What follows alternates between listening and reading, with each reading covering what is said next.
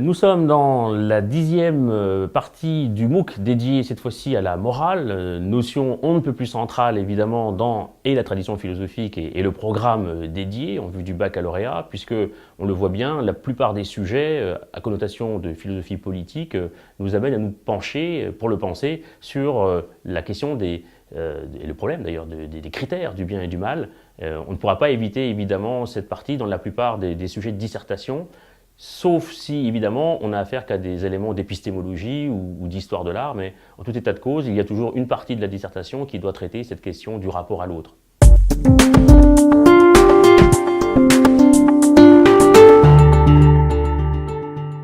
La notion de liberté signifie spontanément l'absence de contraintes, l'expression de nos désirs personnels, sans rencontrer d'obstacles extérieurs ou d'interdits normatifs faisant peser une menace en cas de transgression.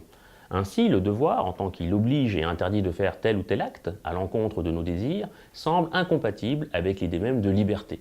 Cependant, celui qui refuserait toute obligation serait condamné à suivre aveuglément ses désirs qui le domineraient jusqu'à la violence et le chaos contradictoire de ses impulsions. Qui refuserait d'obéir à la loi, qui dérogerait à ses devoirs vis-à-vis des autres, mettrait leur vie et leur autonomie, et en retour la sienne propre, en danger. Si nous avons besoin des autres, à moins d'avoir sur eux un pouvoir absolu, ce qui est impossible, nous devons, pour obtenir d'eux leur collaboration, que nous respections leurs droits et donc que nous obéissions, que cela nous plaise ou non, à nos devoirs, c'est-à-dire nos commandements, envers eux. Kant n'affirmait-il pas que seul le devoir moral et les commandements universels, c'est-à-dire valant pour tous, sans contradiction, de la raison, nous libèrent de la domination des passions, de la violence et des contradictions qu'elles produisent nécessairement? Suis-je libre quand je fais mon devoir?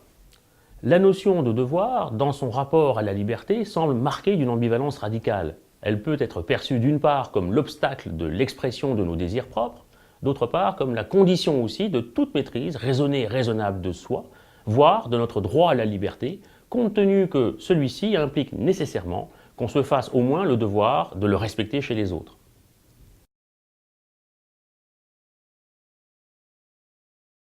Dans ces conditions, au nom de quelle définition de la liberté le devoir peut-il être seulement compatible avec elle? Sinon, pourquoi? Et si oui, en quel sens, à quelles conditions et dans quelles limites?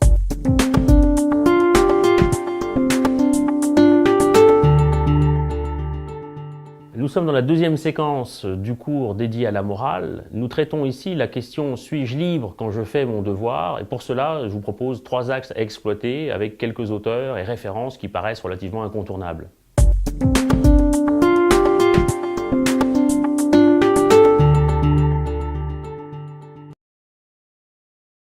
Alors dans cette première partie, nous essayons d'établir en quoi le devoir moral s'oppose nécessairement au désir, à travers trois axes.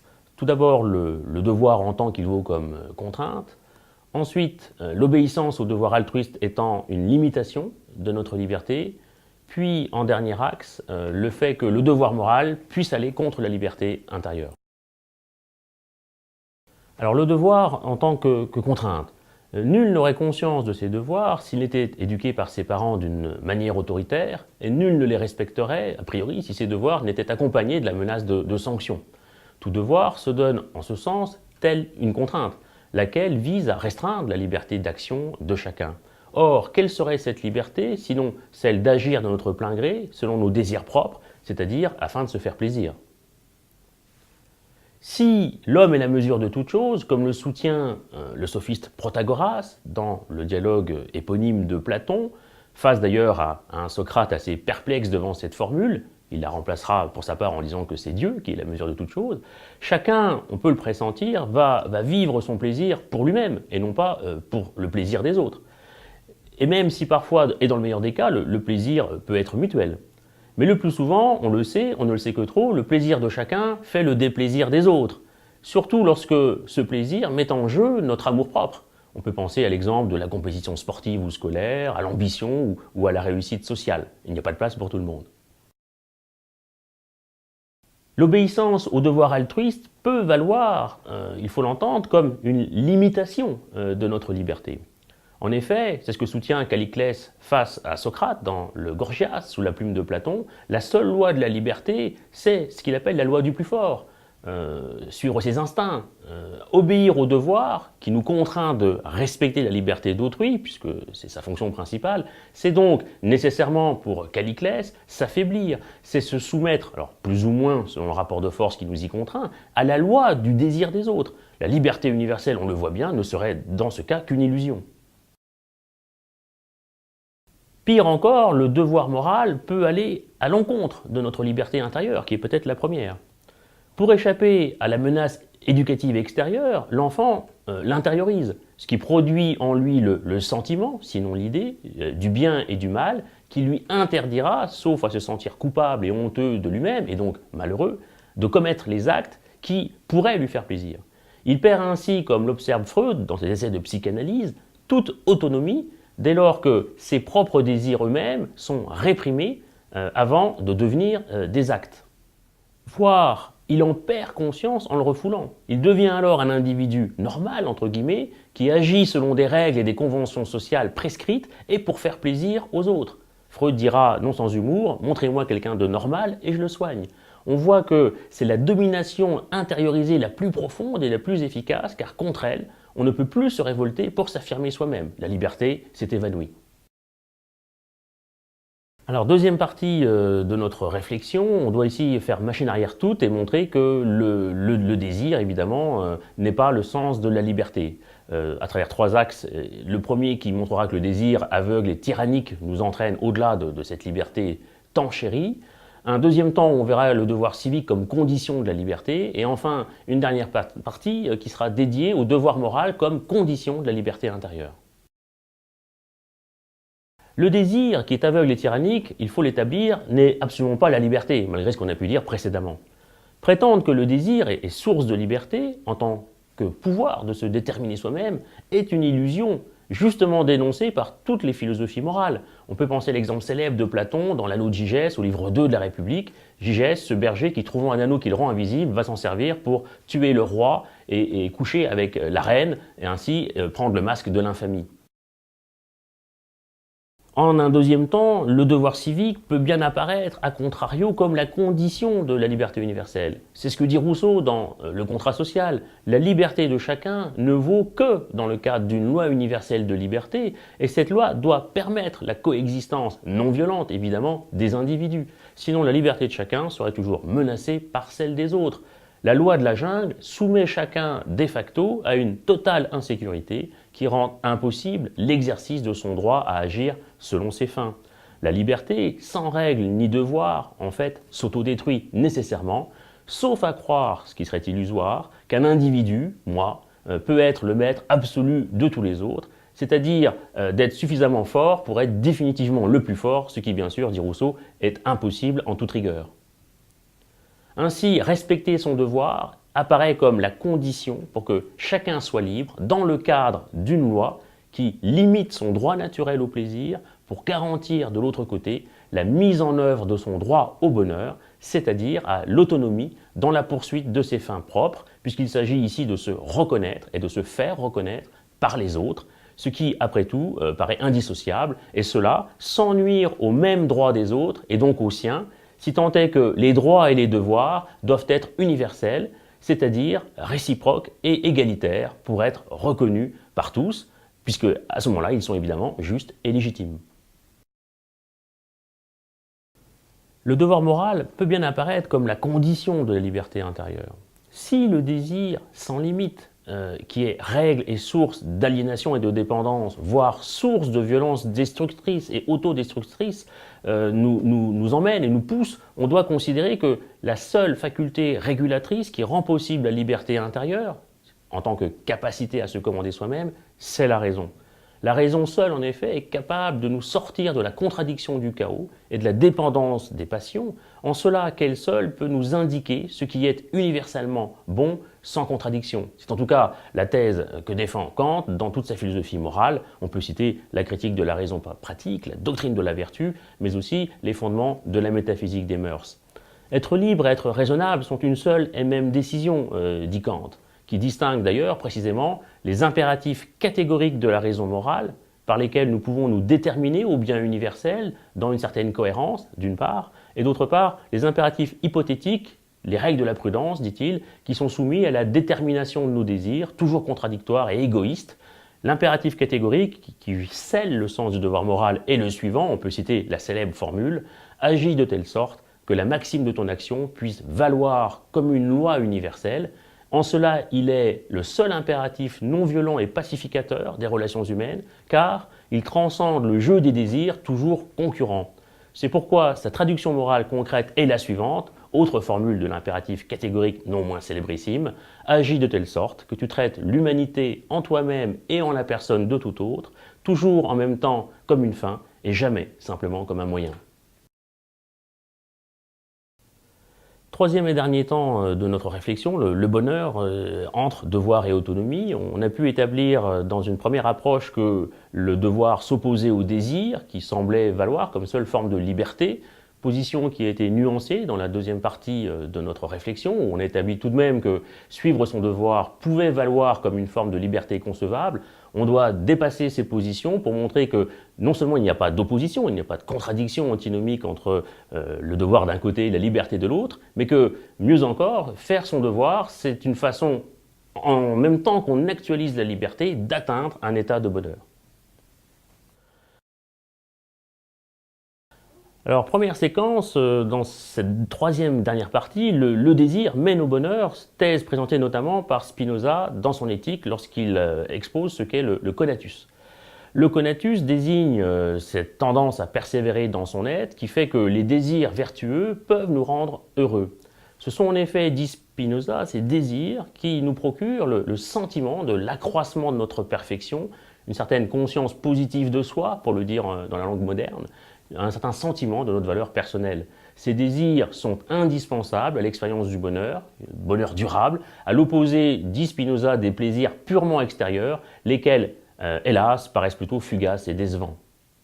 De plus, en l'absence de contentement intérieur, en l'absence de satisfaction dans la reconnaissance de soi, ces désirs extérieurs produisent et aggravent la dépendance. On pourrait en donner un exemple dans l'usage des drogues, par exemple. La déception que provoque le sentiment de notre dépendance produit in fine le mépris de soi, lequel en retour aggrave le sentiment de notre propre impuissance en une sorte de cercle vicieux, un cercle sans fin, qui inexorablement nous enchaîne à notre propre malheur.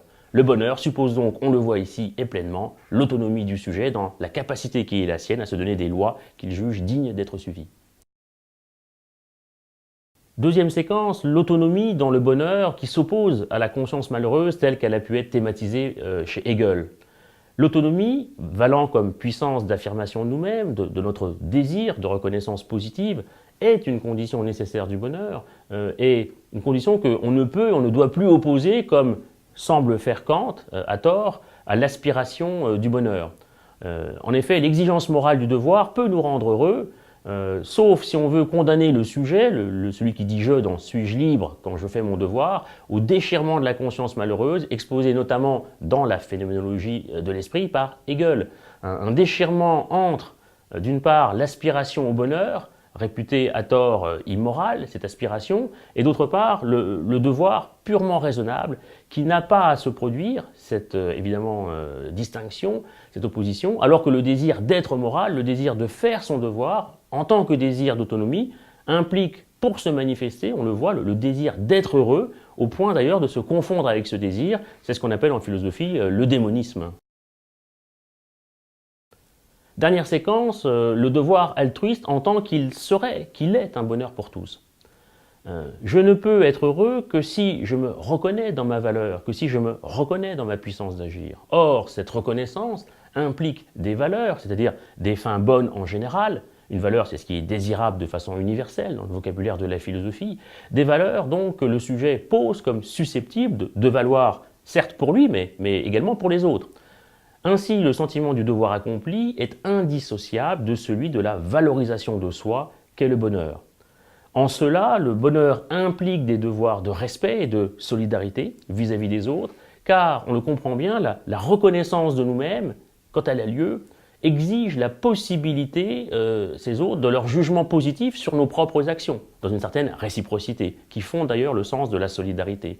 C'est ce qui fait que le visage auquel je ne saurais porter atteinte de chaque homme reflète, selon Lévinas, dans son livre Totalité et Infini, la dimension éthique proprement infinie qui caractérise chaque être humain. Alors mon conseil sur cette notion qu'est la morale dans le corpus philosophique sera de bien tenir compte du fait qu'on peut opposer à cette façon de savoir se comporter, mors mori en latin, qui renvoie d'ailleurs au mot grec ethos, qui formera l'éthique. On peut lui opposer donc évidemment ce qui est immoral, autrement dit un ensemble de comportements qui, prétendument libres, ne s'inscrivent pas dans le respect des préceptes, des règles générales de conduite dans la société, mais il ne faut pas négliger non plus une autre spécificité qui serait le fait d'être amoral, c'est-à-dire non pas de contester ou de refuser ou de répudier ces règles de la morale, mais de ne pas simplement les reconnaître, de ne pas s'y inscrire, parce que peut-être on ne serait pas au contact de cette société dans laquelle ces règles morales, souvent conventionnelles d'ailleurs, à moins qu'on établisse qu'il y ait une morale universelle, divine ou naturelle qui précéderait évidemment, peuvent ne pas se déployer. On peut penser d'ailleurs à la posture de Robinson Crusoe sur son île ou au cas des enfants sauvages qui semblent détachés de toute forme de morale et pour lesquels la question du devoir devient cruciale puisque quand les autres n'y sont pas, après tout, quel sens donner encore à ce comportement éthique? On voit bien que c'était le problème que posait notamment William Golding dans son roman à la fin de la Seconde Guerre mondiale, Sa Majesté des Mouches, qui a défrayé la chronique puisqu'il envisageait le cas que des enfants bien éduqués puissent oublier les préceptes de la moralité même.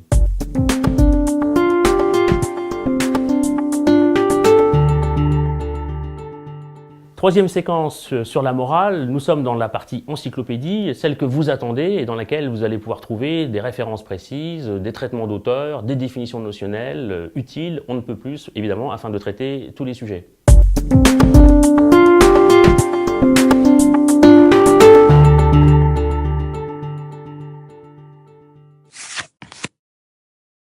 Pour Hobbes, dans son texte le Léviathan, à l'état de nature, les hommes sont livrés à eux-mêmes, ils ne sont soumis à aucun pouvoir commun, puisque la structure politique n'existe pas.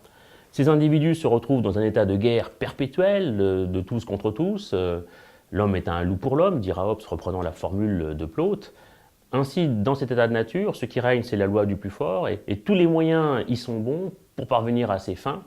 Le meurtre n'étant pas puni, par exemple. Les hommes sont alors égaux, certes, mais c'est une égalité finalement devant la mort violente du fait d'autrui qui n'est peut-être pas la plus enviable. De cette égalité naturelle, postulée par Hobbes, découle un droit égal à chaque homme de faire ce qu'il veut. Les désirs et les passions s'exercent ici sans frein. Ainsi, à tout moment, tout homme risque de se voir enlever la vie, de se faire voler, par exemple. Et dans cet état, on voit bien que les hommes sont condamnés à une sorte d'angoisse. Ils peuvent, à tout instant, se voir ravir la vie à cause de la volonté, évidemment, exacerbée de l'autre. Cette volonté de vivre dans une société qui va en découler présuppose évidemment qu'on va vouloir se diriger vers une forme de paix et de sécurité et que donc les individus vont être amenés à quitter cet état de nature relativement infernal et invivable. Selon Hobbes, ainsi, il n'y a de justice que dans un état de droit. L'état de nature qui précède, même si c'est une fiction théorique chez Hobbes comme chez Rousseau d'ailleurs, c'est le règne de la loi du plus fort, laquelle exclut toute justice. Il n'y a donc aucun sens, en fait, à se demander si les lois sont justes ou non, parce que la justice est postérieure à la loi. Et juste ce que la loi ordonne est injuste ce qu'elle interdit. C'est contre, d'ailleurs, ce positivisme juridique que s'insurge Rousseau dans le contrat social. Tout homme, en tant qu'il est homme, a des droits naturels, dit-il, qui ne dépendent pas des conventions juridiques, c'est-à-dire de son époque ou de l'état dans lequel il vit. Une loi qui irait à l'encontre de ces droits naturels serait injuste, puisque le légal, ce qui est autorisé par la loi, n'est pas forcément le légitime, ce qui est juste en soi, et que Rousseau expose dans un texte précédent, le discours sur l'origine et les fondements de l'inégalité parmi les hommes.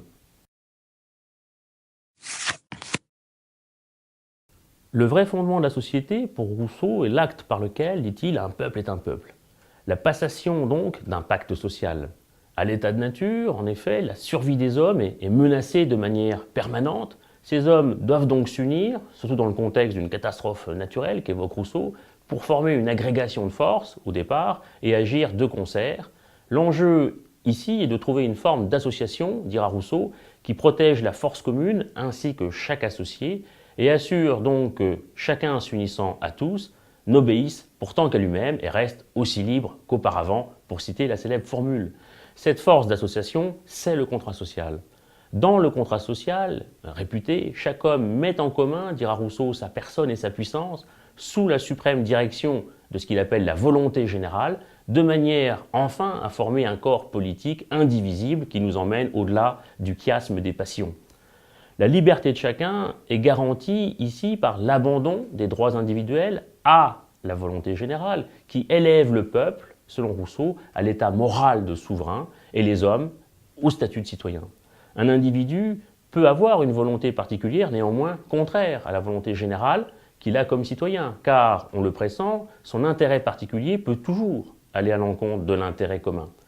Pour éviter qu'il jouisse des droits du citoyen sans en vouloir en remplir les devoirs, qui sont ceux d'un sujet, le pacte social va donc veiller à renfermer en tant qu'engagement tacite que le refus d'obéir à la volonté générale doit entraîner une contrainte de tout le corps politique. C'est ainsi qu'on forcera celui qui ne le veut pas à être libre. Terrible formule d'ailleurs à l'accent machiavélique sous la plume rousseauiste. Par le contrat, l'homme perd sa liberté naturelle, dont les bornes sont les forces de l'individu, mais en contrepartie, il gagne au centuple, dira Rousseau, une liberté civile dont les limites sont celles de la liberté et de la volonté générale. Cette liberté nouvelle que l'homme acquiert en passant de l'état de nature à l'état civil introduit un changement dans sa conduite, puisqu'il substitue désormais la justice à l'instinct. Cette liberté morale rend l'homme vraiment maître de lui, car, pour citer Rousseau, l'impulsion du seul appétit est esclavage, et l'obéissance à la loi qu'on s'est prescrite est liberté. Platon, au livre 2 de Sa République, ouvrage utopique s'il en fut, est l'auteur du mythe de l'anneau de Gygès. Gygès, donc, est un célèbre berger, sous la plume de Platon, qui découvre une bague magique, qui, lorsqu'on en tourne un des éléments ornementatifs, devient invisible aux yeux des autres. Découvrant cette bague, il n'a qu'une idée, notre berger lydien, c'est de se précipiter au palais du roi qui le gouverne, de séduire la femme de celui-ci, qu'il tue au passage, afin de coucher avec elle et de prendre ainsi le pouvoir.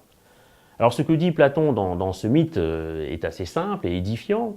À l'abri du regard des autres, on voit que le paisible berger, qu'il n'était point un affairiste d'ailleurs, devient un être on ne peut plus immoral, voire d'ailleurs amoral et cruel, puisqu'il tue le roi, il séduit sa femme.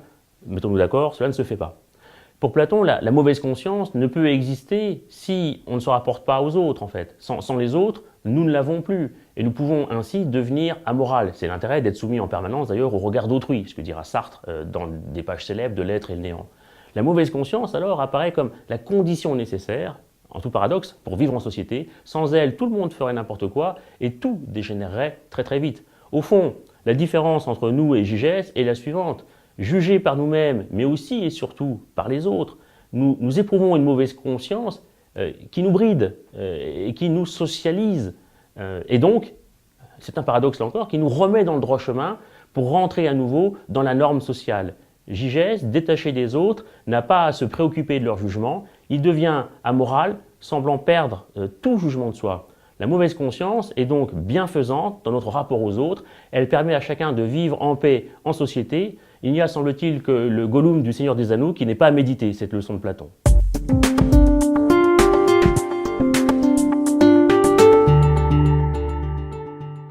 Dernière séquence dans ce MOOC philosophique dédié à la morale, voici quelques propositions de traitement de sujets dissertatifs.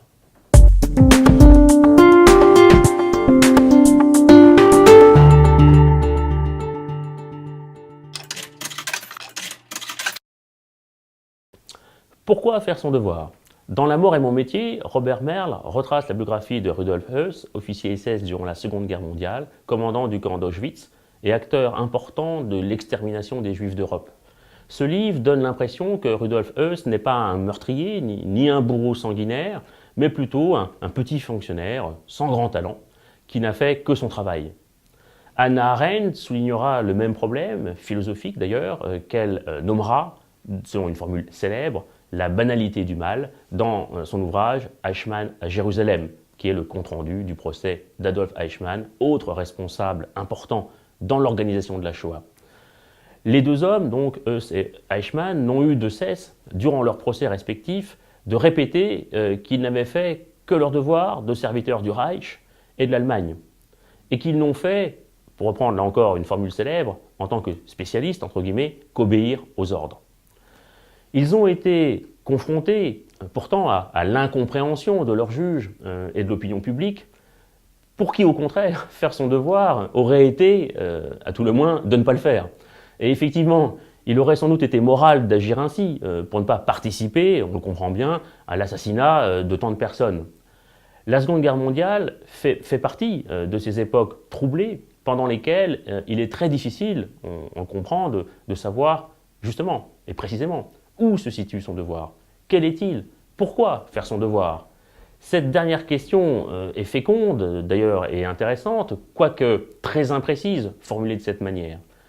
Pourquoi? Parce qu'elle présuppose que chacun puisse discerner et faire son devoir, d'une part, et parce qu'elle tend à faire croire que, d'autre part, le sens du terme devoir est univoque et évident. Fait-on donc son devoir parce que c'est une action morale? Voilà la question. La notion de devoir est-elle individuelle? Ou fait-on son devoir parce qu'on a été conditionné à le faire? Et si oui, est-ce encore un devoir? Si en toute logique, qui pourrait être illogique d'ailleurs, on accomplit son devoir vis-à-vis des autres, est-ce que ce ne sont pas eux qui empêchent ce devoir d'être une action totalement désintéressée, redoutable questionnement, ayant montré que le devoir est une chose liée à la morale et à la responsabilité de chacun, comme on s'y accorde en philosophie évidemment, nous verrons qu'il est aussi ce devoir conditionné par les autres, avant d'analyser ici comment ces derniers peuvent lui ôter tout caractère moral. La raison du plus fort est-elle toujours la meilleure? Alors dans cette affirmation proverbiale, la raison du plus fort renvoie évidemment à la fable 10 de La Fontaine, le mot raison aurait pu se mettre au pluriel, il faudrait plutôt parler des raisons. Ce sont en effet les arguments, les justifications invoquées pour se donner raison dont on parle ici, c'est-à-dire pour se donner l'avantage moral sur son adversaire, le loup sur l'agneau en l'occurrence. Il ne s'agit pas ici donc de la raison comme faculté, comme dans la définition l'être humain est un être doué de raison, avec un R majuscule à la rigueur. Cependant, seul un être doué de raison comme faculté peut avancer des raisons, produites par la raison justement, pour se justifier. La raison, sous cet angle, est souvent d'ailleurs opposée à la force. Le plus fort, certes, c'est le plus puissant, quelle que soit la source de sa puissance. C'est la force physique, c'est la richesse, le prestige, le rang social, bon, etc. Celui qui est le plus fort a les moyens de s'imposer, on l'accordera volontiers, mais est-il pour autant justifié de le faire? Les raisons, si j'ose dire, que l'on se donne d'agir de telle ou telle façon peuvent être, après tout, bonnes ou mauvaises. La meilleure raison, c'est le superlatif de la langue française qui le dit, est celle qui l'emporte sur toutes les autres. Mais qu'est-ce qu'une bonne raison? Il y a plusieurs interprétations possibles envers cette formule. Une raison, par exemple, qui suffit à donner l'avantage à celui qui l'invoque.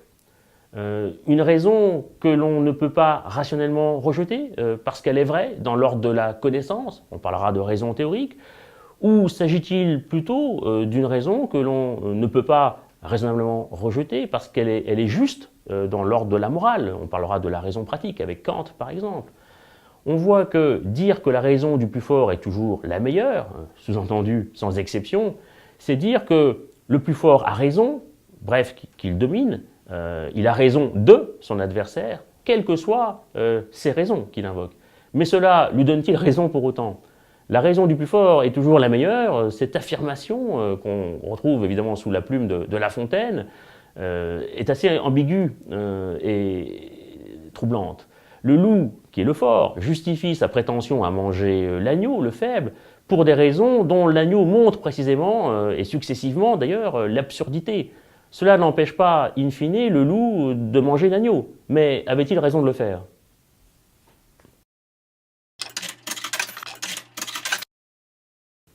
La morale est un ensemble de règles à contenu prescriptif et non pas descriptif. Le prescriptif désigne ce qui doit être, tandis que le prescriptif désigne ce qui est.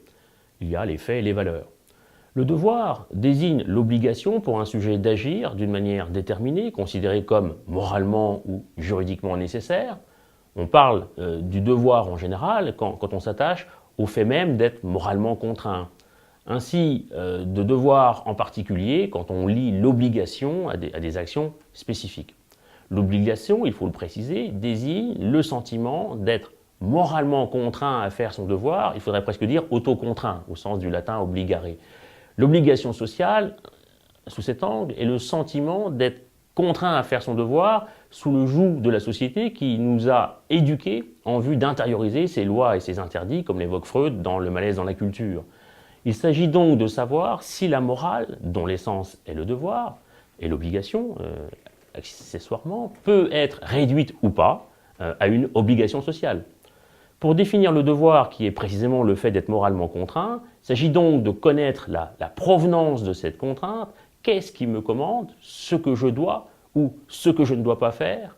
Or, si l'on se réfère à l'expérience du scandale ou de l'indignation, par exemple, on constate que ce qui nous commande à faire ou ne pas faire telle ou telle chose semble souvent dépasser l'intériorisation des interdits effectués pendant l'éducation.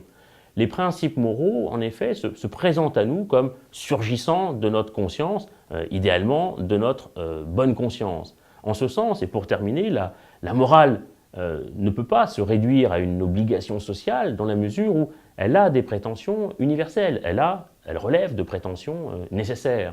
Ainsi, dans la mesure où elle a cette prétention, il est nécessaire que la morale paraisse comme un fondement qui relève de la nature.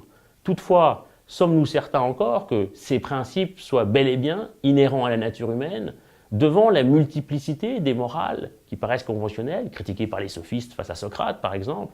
Il faudrait plutôt supposer que l'obligation morale se réduit à une obligation sociale issue d'une convention entre les hommes et destinée à assurer, j'allais dire au ras des pâquerettes, la possibilité de vivre ensemble. Néanmoins, si les contenus moraux diffèrent, l'histoire nous le montre quasiment tous les jours, il n'en reste pas moins que le fait même de la morale demeure irréductible. Comment penser alors un fondement de la morale qui ne soit pas naturel? C'est toute la question. Alors le verbe devoir peut signifier à la fois être dans la nécessité de ou être dans l'obligation de. Or, l'obligation suppose la liberté de ne pas obéir à ce qui est prescrit. Par exemple, je dois dire la vérité, mais je peux toujours ne pas le faire. Tandis que la nécessité, pour sa part, exclut la liberté de se soustraire à ce qui est nécessaire. Par exemple, pour voter, je dois être majeur. Il faut donc bien distinguer ces deux termes dans leur articulation que présuppose toute réflexion éthique. Une idée intéressante à exploiter sur cette thématique de la morale, c'est l'exemple de la fable du loup et de l'agneau chez La Fontaine, parce que là encore, on peut croiser assez facilement une pluridisciplinarité. Alors il y a certes la fable de La Fontaine qui est intéressante à exploiter en tant que telle, puisqu'elle renvoie, on le sait, sous la plume de La Fontaine, souvent à une critique, notamment des courtisans du roi Louis XIV d'ailleurs. Mais il y a également la reprise de cette fable, on le sait moins par le peintre Marc Chagall, qui en a fait une représentation qui prend le contre-pied de la morale habituelle et qui laisse entendre que finalement, c'est, dans le dessin qu'il en a fait en tout cas, c'est l'agneau qui l'emporte sur le loup, donc ce qui est une contradiction intéressante à exploiter. Et puis Nietzsche c'est plus également à mettre en avant à quel point le droit du plus fort pouvait certes être valorisé, mais qu'il remettait en question tous les principes juridiques et éthiques de la société. On a donc là une référence à triple consonance assez intéressante, je crois, à convoquer dans des copies. Alors, la morale ne peut pas ne pas être dans l'actualité, puisque l'actualité suppose qu'on se tienne certes au courant des us et coutumes, des défaits des uns et des autres, mais à l'évidence qu'on se prononce aussi sur la valeur qu'on leur accorde, et pour cela il faut s'entendre sur un minimum de critères en termes de bien et de mal. Alors on peut toujours objecter à cette prétention universalisante de la morale, la terrible formule de Pascal dans les Pensées, vérité en deçà des Pyrénées, fausseté au-delà, mais avec l'idée d'une convention qui pourrait être dépassée selon les contextes. Mais enfin, il faut bien qu'on s'entende sur ce qu'il est prescrit de faire ou de ne pas faire, et après tout, il existe des institutions internationales aujourd'hui qui se prononcent sur ce qui est mal ou ce qui ne l'est pas, ce qui, cela dit au passage, n'est pas un mal.